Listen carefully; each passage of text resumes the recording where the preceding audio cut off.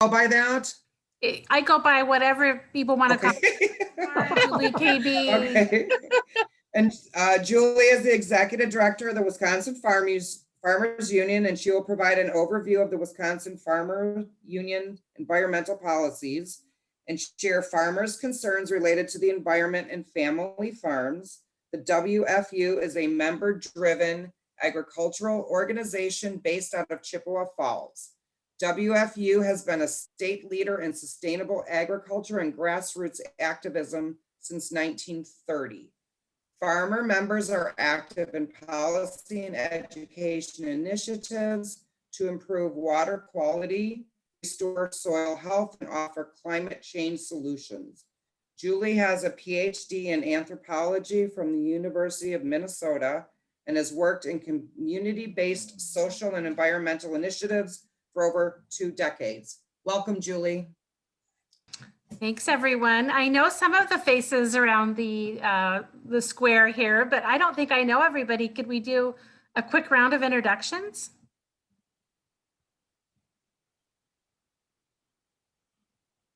Sure, I'll start. I'm Cheryl Miller. I'm one of the co-chairs here of HEAT. I'm in a bunch of different environmental groups also, most of you know. I do know. And I've known Julie for a while on the League of Women Voters too. That's how we know each other too. I'm Steve. Oh, sorry, go ahead. The other co-chair moved to Menominee just about 3 years ago. Very much interested in environmental matters. Retired engineer. Yes, and we sure appreciate your progeny, Steve, on our staff. He enjoys it. I appreciate it too. And he does enjoy his work. Good parenting there, Steve. Okay, what I'm gonna do is I'll go down the list of people that I'm seeing here, so everyone doesn't talk over each other. But okay, so yeah, me, Steve, and then I have Chase. Hi, Julie. I'm Chase Cummings. I'm the new county conservationist here in Dunn County. I was previously county conservationist in Pepin County, which I may have met you at an event or two down there. So Great. And then I have Sandy White. Hi, Julie. I'm recently I retired from Stout after 30 years on May 31st, so I'm in your husband's category. And I'm still heavily involved in a lot of groups, so I would welcome you to come to our CFWC Menominee Women's Group. We've got our Dunn County Partnership for Youth. I'm in part of the I'm on the executive board for the Dunn County Democrats, and that one I really want you to come talk to us on several topics. So, but anyway, so good to see you again, and yeah, welcome. Okay, and then Kathy Stahl. Hi, Julie. I've had a chance to email with you. I appreciate that. I'm a Dunn County resident, as I think all of us are, and involved with some conservation issues. So thank you for being here. Great. And then Steve Hansen. Well, hello, Julie. You know me. I publish with Community, and I'm doing some video work for this committee. Great. And then Sue Suchting. Yes. Hi, Julie. I'm most involved with Citizens Climate Lobby, Eau Claire chapter, but I live in Dunn County, and so mainly outreach, education, and working on carbon pricing policy at the federal level. So. Great. And then Lindsay Ketchell. Hi, Julie. My name is Lindsay Ketchell. I serve as the executive director of Landmark Conservancy, and we work in 20 counties. I understand your husband has recently joined up my board. Two organizations merged, West Wisconsin Land Trust and Bayfield Regional Conservancy, to create Landmark about 3 years ago. I moved here. I live in Otter Creek, unrecognized area. I'm right on the Otter Creek. It's a class 2 trout stream. I've got about 39 acres of forest. got a lot of very large farms all around me. And then personally, I actually spent about 20 years in local sustainable food work in Vermont and Alaska. So my passion when I first got into this was really about working with farmers to help them find local markets, because my belief was if we had small farms that were viable and profitable, we could actually farm, feed ourselves, and live in balance with nature. In Vermont, that was not a crazy concept, but it seems like every other state it is. Piece it out. All right, great. Well, thanks. Yes, good to be reacquainted with everybody and get to know some new folks. I've been stomping around this area for some time. I taught at Stout for a while and was with UW Extension in Eau Claire County, and then regional director. I got to work with a lot of folks in Pepin County over there, Chase, where you come from, but across the entire region where Lindsay now works. I think your territory is my old territory. And then I came to Wisconsin Farmers Union about 3 years ago, higher education, left Extension, and went into nonprofit work with a great organization. And I can just report that, I love to get up and go to work every day because it's a good organization and I work with absolutely fantastic people. So let me just put that out there that I'm only one person among a team of about 16 people that are highly dedicated to many of the same values that I think your organization, your group here represents. And having worked in community organizing for most of my career, I really appreciate you all and the work that you're doing. It's vital, and it's what keeps us all strong, our communities thriving. So let me just extend my gratitude to all of you. So when you asked me to come talk about environmental topics in the Farmers Union, I'm like, well, I've got this policy book that is just chock full of all sorts of environmental policy, platforms, desires that really come from the grassroots. And so I don't really know exactly what to focus on that might be of interest, but what I thought I might do is just talk a little bit about the Farmers Union, underscore a few programs that highlight our mission, and then just open it up for some questions from you all, so I can get a little bit more into the realm of interest where you might be. Some of you may know the Farmers Union. Some of you are members, Steve over there. It's a group that is based nationally. First of all, there is a National Farmers Union, and it was started way back in 1902. And our Wisconsin Farmers Union started in 1930. And so if you think about where we came from and the rise of progressivism in the United States and the New Deal and the idea that, government should work for ordinary people, I think that's really where our heart is and where you will still see all of our policy resides. So we're probably what you might call a little bit more progressive leaning agricultural organization. I would say we fight for family farms and independent farms. And we are, based really close to you all. We started right there in Elk Mound. The first Farmers Union meetings were there. And then we moved over to Chippewa Falls, where we still reside. But we have chapters all over the state and national state partners in 33 states across the United States. In Wisconsin, we're the second biggest agriculture organization. We have over 2,000 members, and those are often family memberships, which means, we're probably closer to 4,000 or 5,000 individuals in the organization. And you don't have to be a farmer to be in the Farmers Union. We have plenty of folks who get involved with us because they're environmental advocates, or they believe they're pro-democracy. They believe they're anti-gerrymandering, or they're pro-racial justice. And so they get involved in the Farmers Union because we've got a wide platform. We also have a real big tent philosophy. And I'm telling you, it was a windy year for big tents because it was difficult to really keep everybody from, left-leaning socialist members all the way to people that are very much in support of Trump and, on the far right. Those folks can all be found under the Farmers Union tent. believing in the same kind of values, but nevertheless may be represented by different political stripes. And so it was a tough year to have people. I mean, people are upset. They're radicalized to some extent, and they're not always as willing to listen. But I am really, really proud of this legacy that we've established, this grassroots democratic process in the Farmers Union. And if you've never been to one of our conventions, I would say that if you came there, you would be shocked at what you saw on the floor of the policy floor. I mean, the policy floor, because you have people that are passionate about all these different topics, getting up, speaking their mind in front of people, having read, having created policy, and they push it forward. And then that becomes our platform, you know, to lobby on and to educate on and to rally and build power around for forever if it stays in the policy book.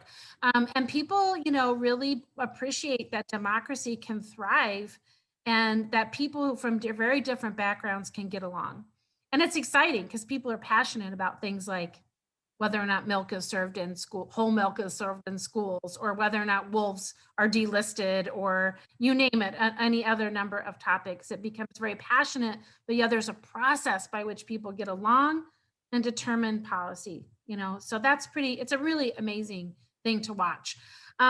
And that grassroots policy has been around a long time in our organization. So if you look at what our mission is, it's a triangle, and on the bottom is education. And then we have cooperation as part of our mission, and then also political engagement. So we lobby, we educate, we get people involved in the political process, and we try to build co-ops and cooperate as well with partner organizations and share information. So I'm just gonna follow that mission and describe a few different environmental oriented programs and policies that we have for, just to help you, I guess, illustrate what we're all about. And I think I can probably share my screen here, but in terms of education, we really believe, of course, that's the foundation of the triangle. It's what we do. Have any of you ever been to Camp Kenwood at Lake Wissota? That's owned by the Farmers Union. And that's where we do children's camps, youth camps all summer. And we also host a lot of other educational activities out there. That's been around since like the 1940s. Built by volunteers right there on beautiful Lake Wissota. So I'd invite any of you, if you have interest in having a meeting or anything like that, you know, we'll try to connect with you. But there's a lot of education around cooperatives, around environmental issues, sustainable agriculture, world trade issues that we really teach through a youth camp, and kids get involved in very much interactive, you know, hands-on kinds of activities, and they can go through a series of programs and graduate as a torchbearer in the organization, which really is kind of a ritual of rite of passage, if you will, where, you know, they become stewards, they become involved citizens and carry the torch for the next generation. And so that's pretty cool. Also, another program that I like to highlight that I think I have pulled up here, let me just pull it up here, is the WeWick program, which is a brand new program that I'd like to share with you all. Hold on just a second here. It's not appearing on my screen. Sorry, it was not appearing. I'm having a little technical difficulty. Wisconsin Women in Conservation is a new program that we've launched with several partners of ours. We are not the lead organization. Can you all see the screen? Yep. Wisconsin Women in Conservation is a cooperative effort between 5 different organizations. It's Michael Field's Agriculture Institute. It is us, of course, Wisconsin Farmers Union, Moses, based out of Spring Valley, a Midwest organic environmental service, education and services, and Renewing the Countryside. And it is a program that really focuses on getting women involved in conservation programs that they may not have really tuned into before. And part of that is just because of that many programs are oriented towards men, right? Nutrient management programs and cover crop programs and things have traditionally been built around male farmers, white male farmers in particular. And so this is an effort to really pull together women and have them study from each other in a peer-to-peer kind of situation, and then get matched with mentors across the state that then can help guide them on conservation practices that they can implement on their own land. And so we've had a couple breakout seminars this last couple months, and they've gone really well online, but we're going to have field days and get people out on farms and really studying from women who have implemented everything from like pollinator gardens to bumper to cover crops and you know, strips and restored prairies, all that kind of stuff. But the most important thing is we're going to try to get them connected to the resources that they might need to make that possible. So in RCS, for example, or, you know, FSA, getting loans, getting reimbursements for the practices that they might implement, and trying to create a more organic situation so that women know who they can go to and where they can find support. So that's a pretty cool program, and anybody that's interested in conservation that's a woman we're glad to welcome to those programs. It is a women learning centered environment, but we certainly know that women bring that knowledge back to whomever they're in relationship with. And so spread the word on that one. So those are a couple education programs. We also do a lot of grazing education, and we do soil health education. And so we partner a lot with people to amplify their programs as well.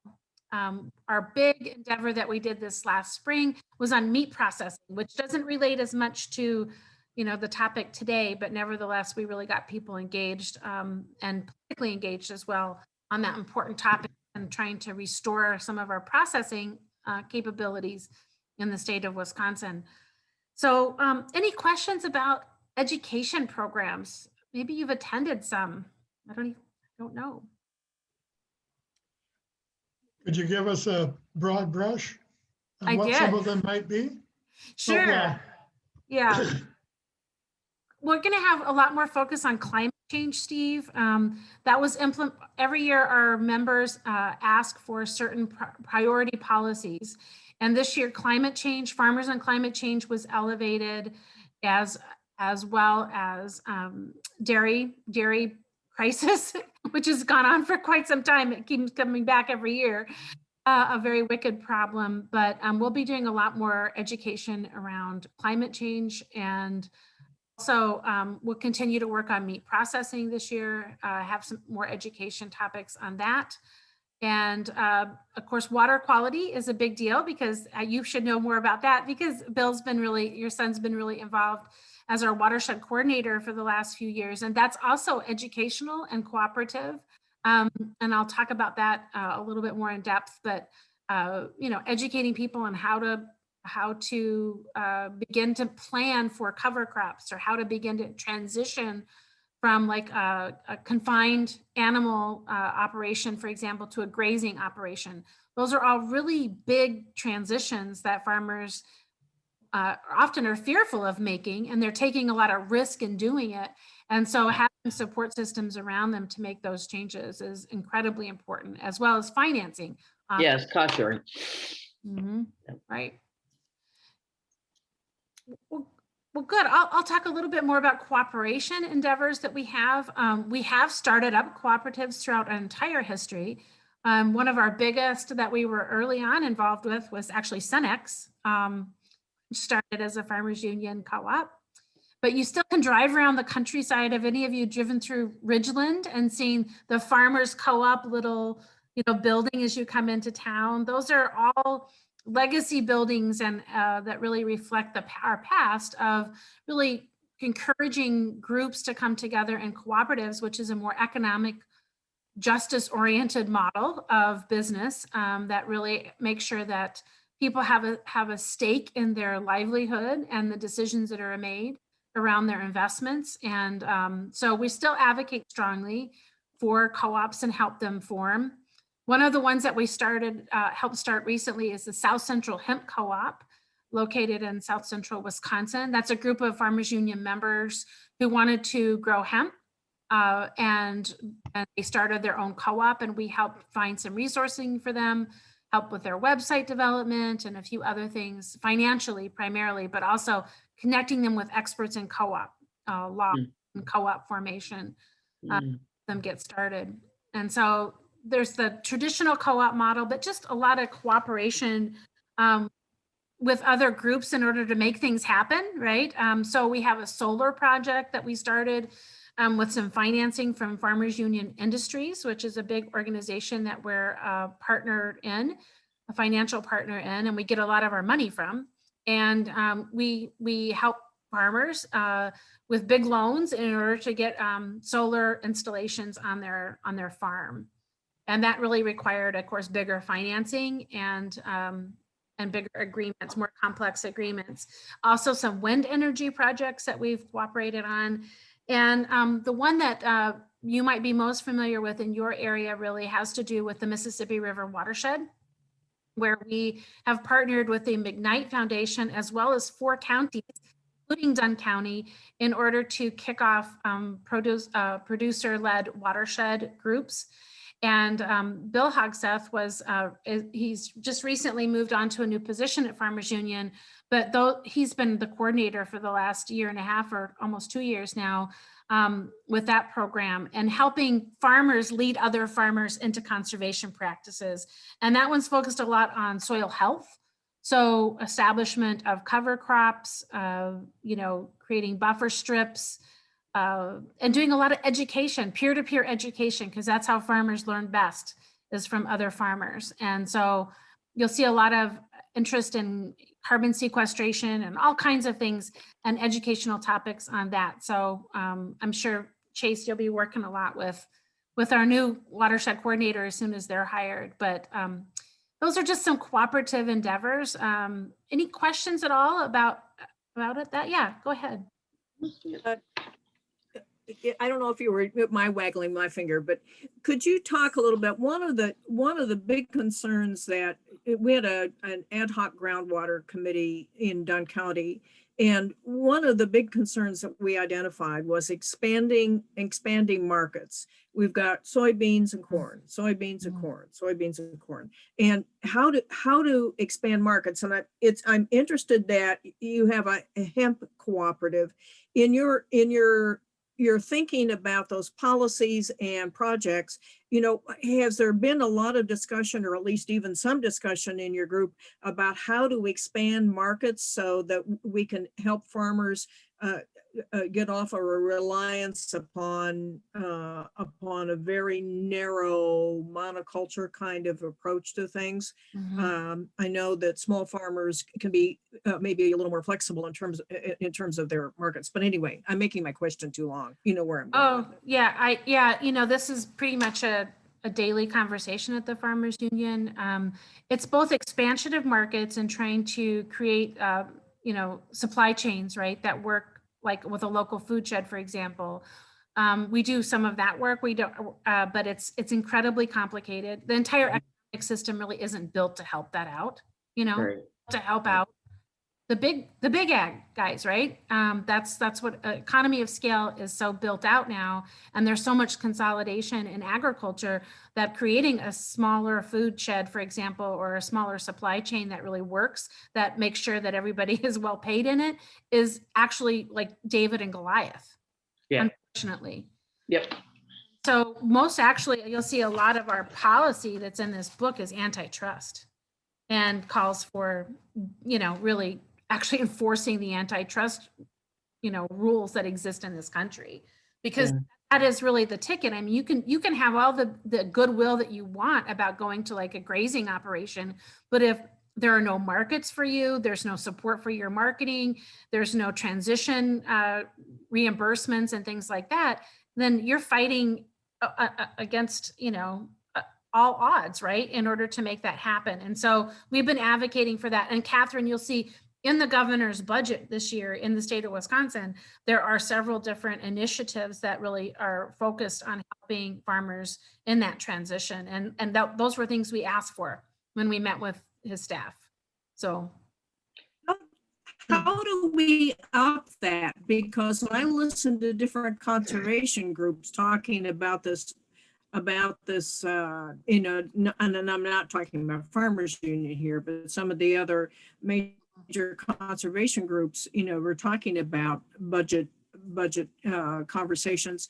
You know, these programs or this helping, this marketing is not only do, or, you know, one of the things we could talk about is, you know, with our legislators. But do you have other thoughts about that? Yeah, I think there's I mean, it's all about organizing, right? Really, and raising awareness, first of all. Do consumers know where their food comes from? Do they know that how it either helps find solutions for climate change or actually pushes it into, you know, further destruction? People are not aware of this. The first time that I've heard monopolies being brought up in the way that they are right now was when I was a girl and they busted up AT&T. And now it's again focused on the big tech companies and how they're controlling the market. But really, this has been going on in agriculture, you know, since the 80s for sure. And we did bust them up during the New Deal. And farmers actually were close to parity in many cases, which means they were actually getting paid for their input costs, and it was reflected in the market. So it's finding new markets, Catherine, but also it's decreasing the overproduction that we currently have in our system. Because, you know, if you think about it just from a pure free market perspective, supply and demand is completely out of balance in the agriculture world. And that's but yet the system drives on for monocropping and for commodity, you know, and export, right? And it's all supported by a global economy. And that's a really tough thing to crack. So we're also calling in the Farmers Union for supply management, which would put some floor on, you know, prices, as well as bring down, like help control the oversupply of milk, the oversupply of soybean and corn. And it's an uphill battle, but nevertheless, it's so out of whack that farmers just continue to get paid less and produce more. Right. But that was also, I mean, sorry, I have a lot of ag No, stuff. I have a couple yeah. quick questions, but No, go that's ahead. been the frame that we keep on providing these tools and resources so they can produce more milk, and we shoot bovine hormones into cows so they can produce more. But in the end, the farmer was never going to get more money out of it. It was always about somebody else's well-being and not the agricultural family and community's well-being. One project I did help involve in Vermont, it was a farm viability program. And what we did is we took sales tax. So every time a transaction of a home occurred in the state, a percentage of that transaction went into a farm viability program. We brought in experts to work individually with farmers to draft business plans for their farm, focused on viability, and reduced extension agents' influencing of those farmers' business models. And as a result of implementing some of those things, we were able to break through some of those challenges, but it is so time consuming. But I also think, in my other observation, I'm just so challenged by Wisconsin's body politics. And I don't know if you've experienced this too, but I feel like I'm in community and everyone cares and wants these long-term solutions. But as soon as you start to interface with elected officials in Madison, it's like their brains go completely 180 and are completely disconnected, but they'll kind of say some of the right words, but none of their actions are lining up to the resources we need in our communities. And I'm so dumbfounded by how do we break that? Because I don't know we're going to get through any of this until we actually get a political system that works for us. Sorry. Well, I would say then you need to look up the entire gerrymandering part of the policy, because we've been fighting gerrymandering pretty hardcore, Lindsay, for 6 years in the Farmers Union, but they don't have to listen to us. Yeah. So that's reality. So I guess then my other real quick question, Steve, and I apologize, but so in my little community though, where I live, I've got some really large scale farmers who are actually farming for fuel. So this is not farming for food.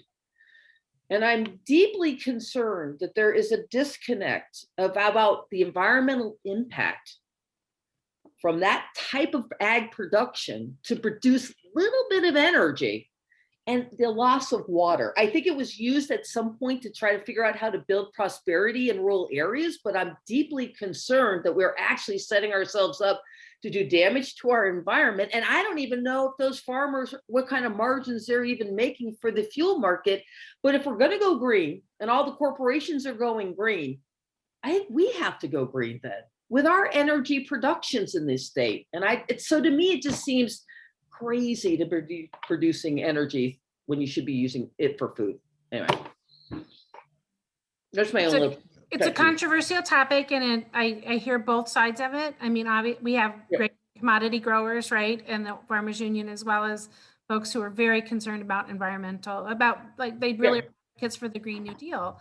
And so it's one of the most robust conversations that I think we have in the Farmers Union. And for many farmers, of course, it's really about the livelihood, and the economy is still supporting ethanol production.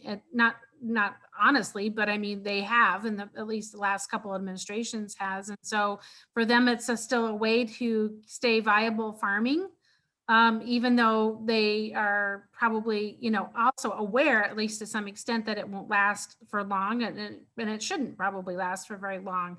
But right now, that's the system that supports them. Until there's a transition economy, it's going to be really difficult to get folks to switch over to, for example. It's just a huge leap. No, and these are huge farms too. Yeah, they're big farms. These aren't little family farms growing up. This is. Yeah, they're big. Well, it's the system's promoting more and more consolidation and more. Yeah. Thank you, Bill. It's been fun to talk. Steve, yeah. Yeah, go ahead, Steve. Julie, you mentioned a little while ago about your focus on climate change, and then you commented on helping farmers develop solar and wind on their farms. And then I couldn't help but, when you were talking about the solar and the wind, I couldn't help but think of the group in Madison called Renew Wisconsin. And I assume that there's some probably collaboration going on in your efforts with that. I recognize the group, but I can't say that I've worked with them one-to-one, but I bet on staff has over the last few years. Again, I'm still fairly new, 3 years in. Yeah. Years in, so I haven't worked with them, but I just fielded a call this morning from a fellow whose organization is offering further discounts beyond the government solar, reimbursements. And so we'll try to get that word out, for example, to farmers that, this organization is offering extra support for that kind of thing. Yeah, so the first guy I ever had contact with at Renew Wisconsin was a fellow by the name of Tyler Hubner. And he has since been, Governor Evers asked Tyler to become part of his staff. And exactly what he's doing, I don't know. And then the person who's heading it up now, her name is, her last name is Allen, A-L-L-E-N. It might be Julie. And it's a small group. I want to say less than 10 people in the organization. But anyway, I thought of them when you were talking about your programs.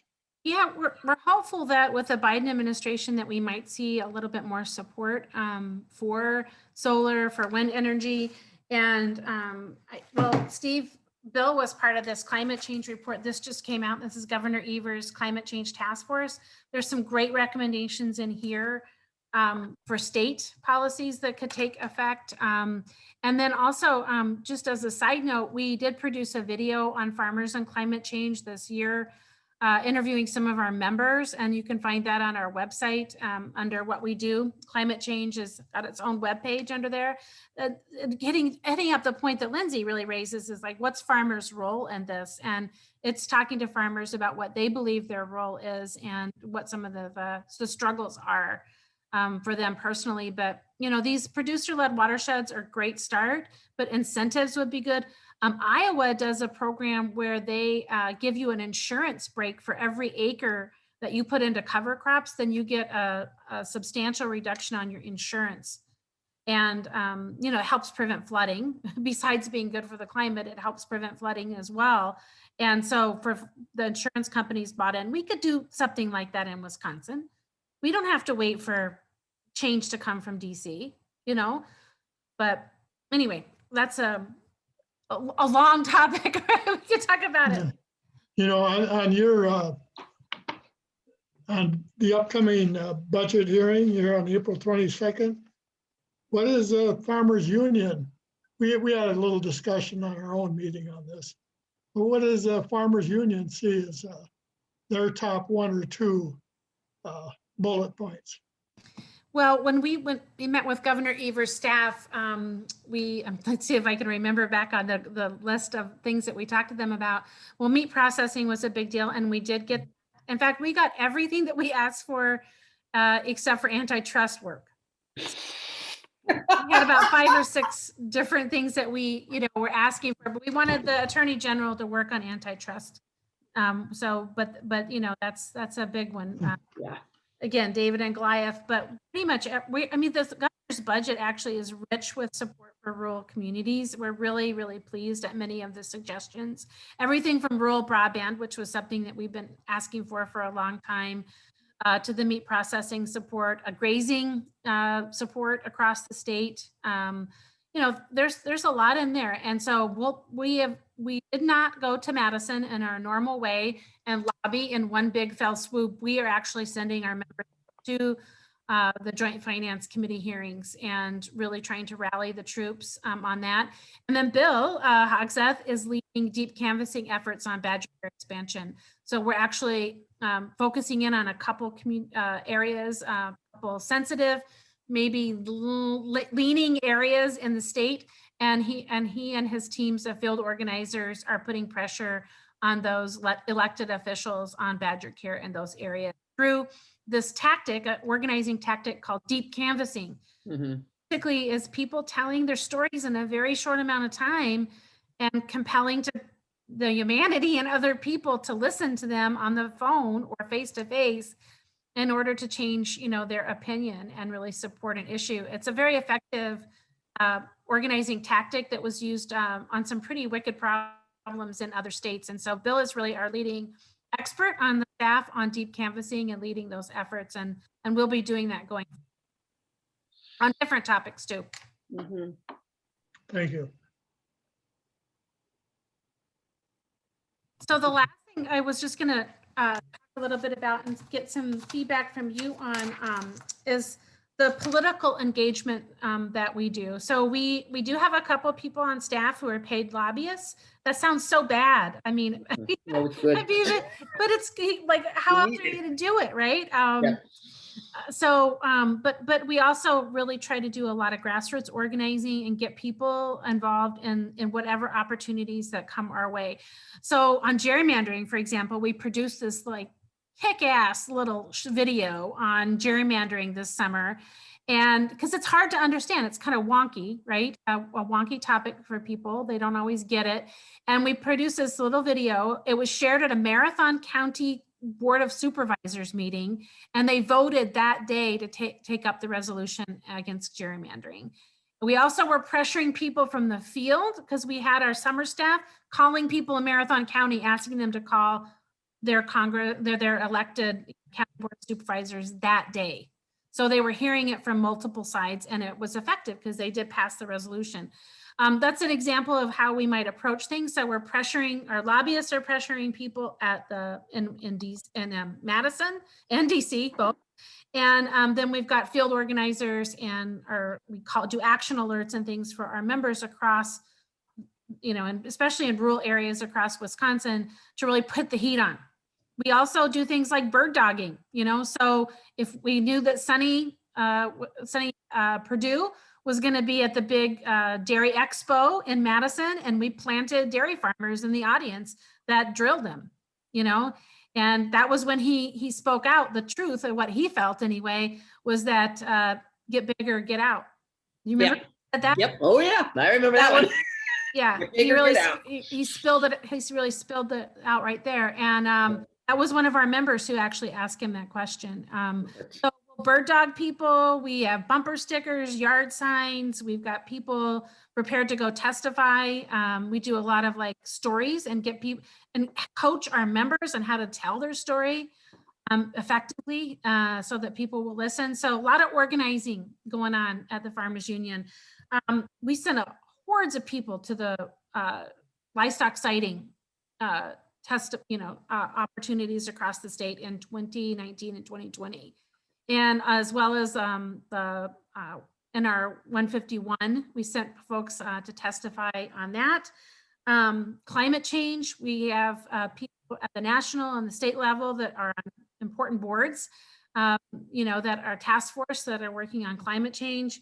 And we do a lot of work on grazing and trying to get grazing, especially of grazing of perennial grasses, supported by institutional powers, because we feel that's a great way to preserve soil health, promote local economy, and keep farmers on the land, as well as help with climate change. So those are some efforts. I mean, we've got folks going all the time. It's a great crew, and lots of folks across the state, lots of really active members. I mean, it's a passionate group of people. Yeah.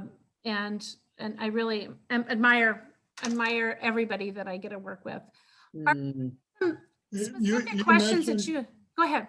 I was gonna say, you mentioned your wonky video on gerrymandering. Is that on your website? It's not that wonky, but the subject is wonky. Wonky, right? To Yeah. wonkify it, if you will. Yeah. And just really explain, like, what does it do? Why should we care?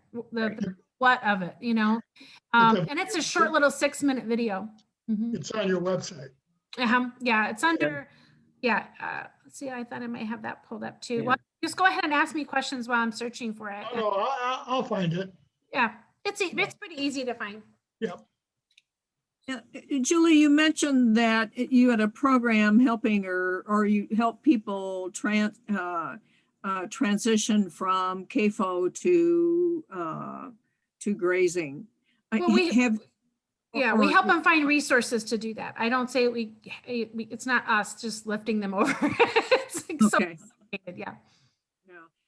Have you seen a substantial number across the state interested in that? What has been what's your thermostat going on that? And maybe even within Dunn County, Chase probably has a sense of that in our area Chase too. probably knows even better than I do, certainly, but I think there's an interest in it. I mean, they're a little spooked because markets are because they're having a hard time finding people to process, right? So sometimes there's a bump in the supply chain that really makes it difficult.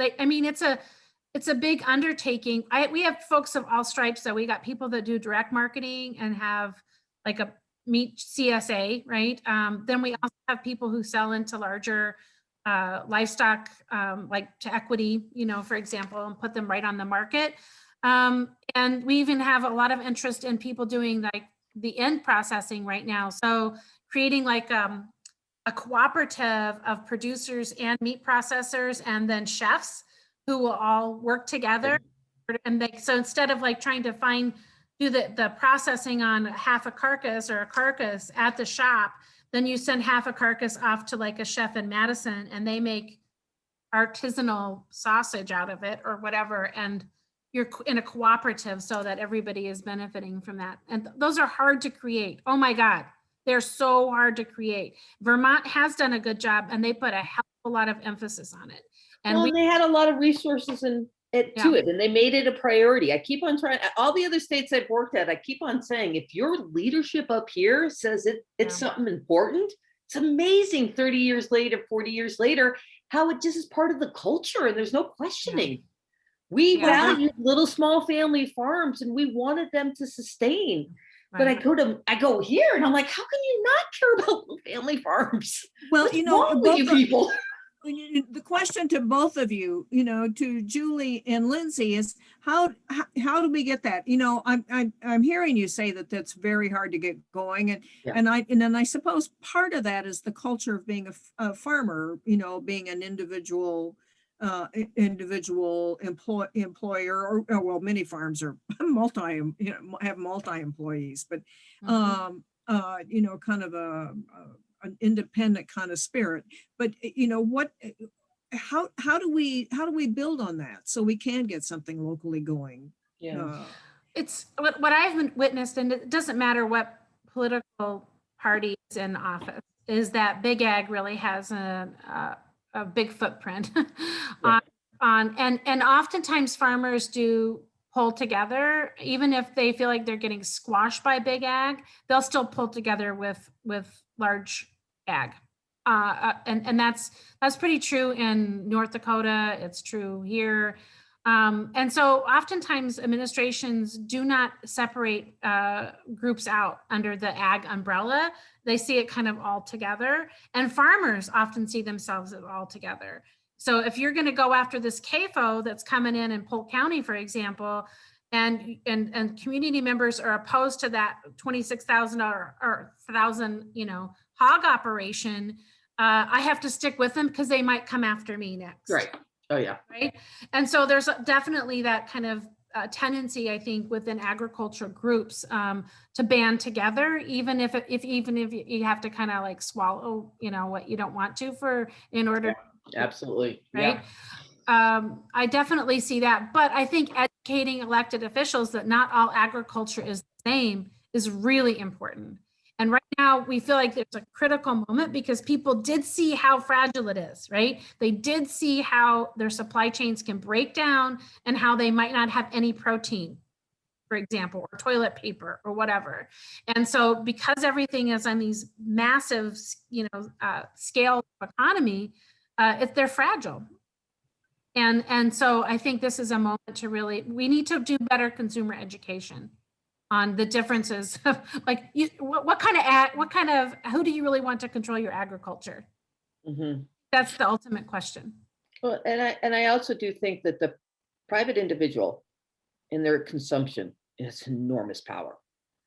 And I feel that the consumer is saying, we want green, we want more organic, we want to care about the planet and how we eat. That force is going to, I think, impact this long term, but I'm so afraid it's going to take too long to move the industry to be more receptive to those types of markets. But you are seeing some of these larger cooperatives jump on the green stuff.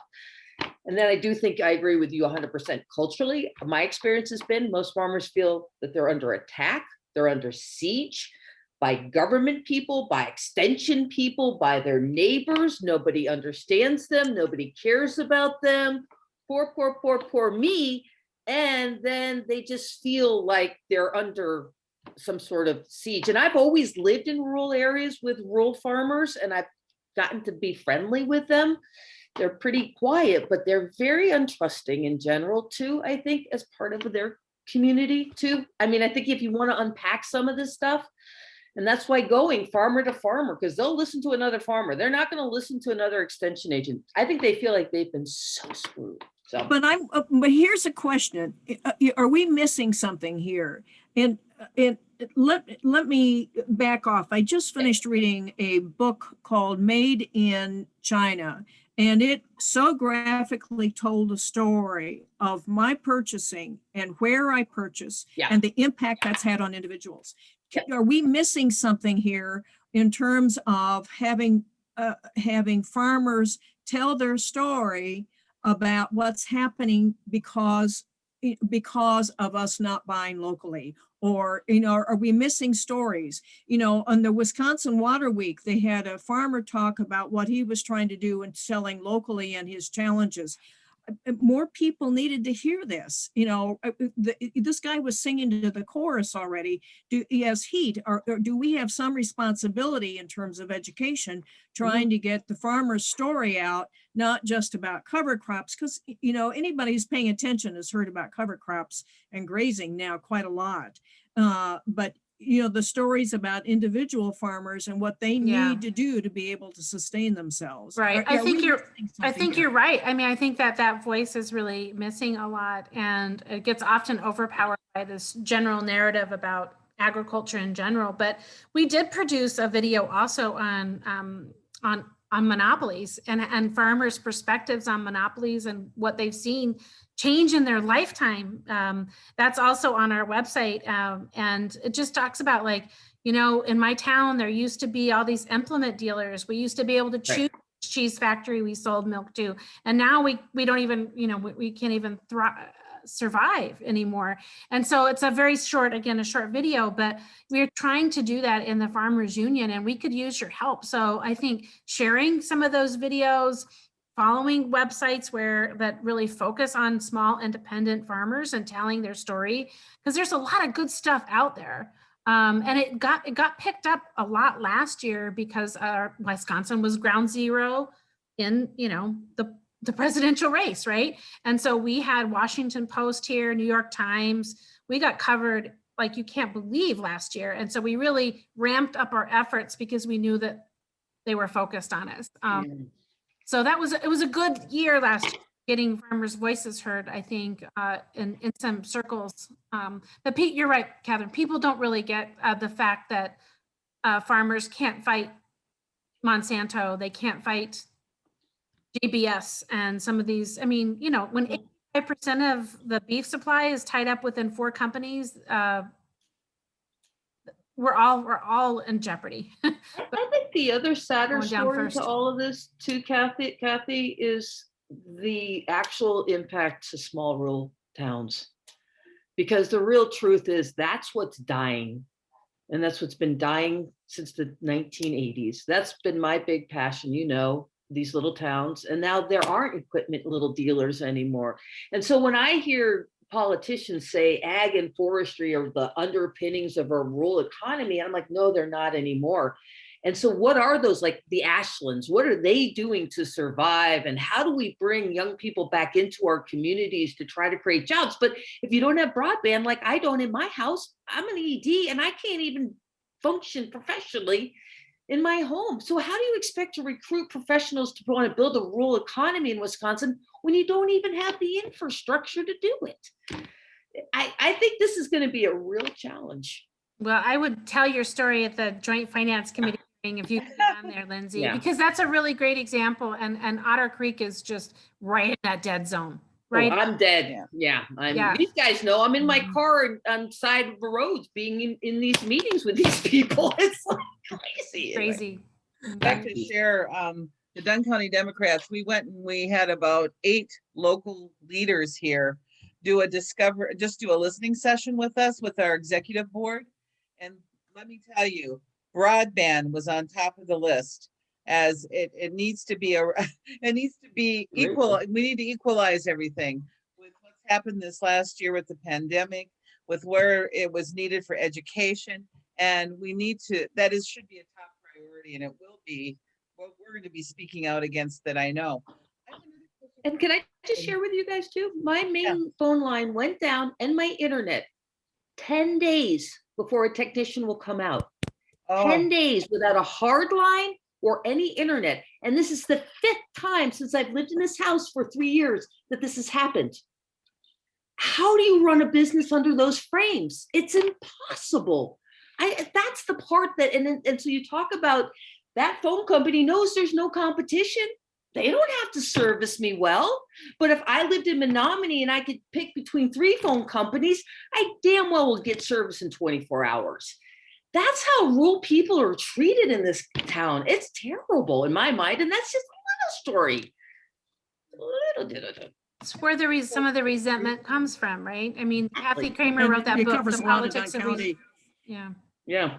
Mhm. And you're Julie, I angry. know you used to work with Extension Julie. heavily, and with the way that has gotten reorganized in the state of Wisconsin, have you seen a major impact too on the local farmers and their access to resources that they should have, because we've so depleted what's going on with Extension? Well, I think that they've asked for more ag extension agents, right, under the governor's budget as well. But yeah, I mean, it's the reorganization. And the 2 things happened: the reorganization, and then also getting under UW-Madison. So they got 2 double whammies there. I mean, like, that's a lot of change for any big complex organization like Extension. And so I think they're just reeling. I mean, I'm sure they'll recover, but they are reeling, I think, a bit from those massive changes that they had to undertake. And I was part of a lot of that before I came to Wisconsin Farmers Union. And, you know, we had one of the strongest extension services in the country. And I know. it is really changing rapidly and probably moving a little bit away from like a more independent, community-based kind of extension and towards a more centralized kind of system. So speak out if you see things. I mean, you know, use your political voice. They need from everybody. Hey, Julie, I had a question. Julie, You know, earlier Julie, you said, you know, trying to put politics aside and how difficult it was last year. And, you know, I mean, we all know a lot of conservative farmers don't believe in climate change, or when you say that word, it's considered a liberal word or a phrase. And, you know, they might think like government takeover, my liberties will be taken away, that kind of a thing. How did you guys overcome that? Did you, I mean, obviously farmers must know there's something different the last number of years, you know, but did you reframe it? How did you get across? How did you guys work together on that? Well, I think one thing that really helped, Cheryl, was that we really put farmers at the forefront of it, because the truth of the matter is farmers really haven't had a strong voice in the Green New Deal or some of the big climate change endeavors, and yet they're in a position to make the most change, right? They're first affected by it, but also the ones that can really help shift over to a more green economy. And I feel like a lot of farmers just feel like they weren't being listened to or didn't have a voice in anything. And so just state level, having Bill Hogseth actually on the governor's task force and being acquainted with a lot of farmers, he went back to them and asked them for suggestions and took those forward. A lot of the farmers he works with are in the Farm Bureau, and they are perhaps a little bit more conservative, even though they're, you know, doing a lot of great practices. And so I think they just want to be heard. They want to be part of the solution and not have big government come down on them and just whatever the East Coast elites feel like climate change solution should look like. And so creating that space for them at the table was really the big first step in the Farmers Union. And so most of our work really calls for farmer engagement and also transition support, you know. So if you want people to move into a different kind of economy, different type of farming practice, you have to be able to help them get to that level. And so moving from a dairy operation to a grazing operation is no small feat. And, you know, a ton of risk in it for farmers, right? I mean, their whole livelihood is on the line. And until people understand that, it's not like me like changing the color of my hair or something. I mean, these are life-changing practices that are gonna have to be implemented. And so people need support. And just having that kind of language, I think, went a long way, because most farmers realize something is gonna happen and you be at the table or you'll be eaten, right? You'll be on the menu if you're not at the table. So. Great, thanks. Okay, any other questions for Julie? This is really good, Julie. Really Oh, it's so good appreciate to it. talk to everybody. Yeah, good to see some familiar faces and some new ones that I just would encourage you to get involved in those state budget hearings that are going to take place. And, you know, you're all welcome to join the Farmers Union. We're right up the road. And I used to live there in Menominee. And so I have a special place in my heart always for Menominee and that area. But we can do a lot in this area where there's a lot of movers and shakers in the Chippewa Valley, right? Mm-hmm. So you're living in Chippewa. That's my old haunting I'm ground. living in your old neighborhood, Steve. Where- Wissota Woods. Oh, yeah. Well, that wasn't where I grew up, but yeah, no, I lived there for probably 8 years. Yeah. Yeah, yeah.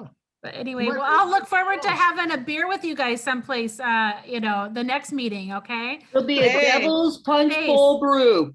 Yeah, Hey, all right. exactly. Did you hear about our brew? Oh, yeah. I hear about all Landmark Conservancy stuff. I don't know if the rest of you guys have heard about this, but the local brewery here is doing a fundraising for us for the Devil's Punch Bowl. So they literally bottled Devil's Punch Bowl brew. You can buy it retail. And 100% of the proceeds are going to the stairs. I just thought Yeah, that was yeah. just way too much fun. That was that Lindsay, is between that Nonic Brewery and Lucette? Yep, Was Mhm. that Which it? Yeah, ones? yeah, that was one, that's wonderful. yep. So we're pretty happy with that one. I have a 6-pack in my fridge right now. Steve is I'm gonna go get cutting one. edge. Cutting Steve edge, will Steve be- Hansen. I Steve will be apologize, I over in gotta a go. half hour. Bye, guys. Sorry, I got another call I gotta jump on. All right. Bye, everybody. right, Thanks for Julie, having me thank you. today.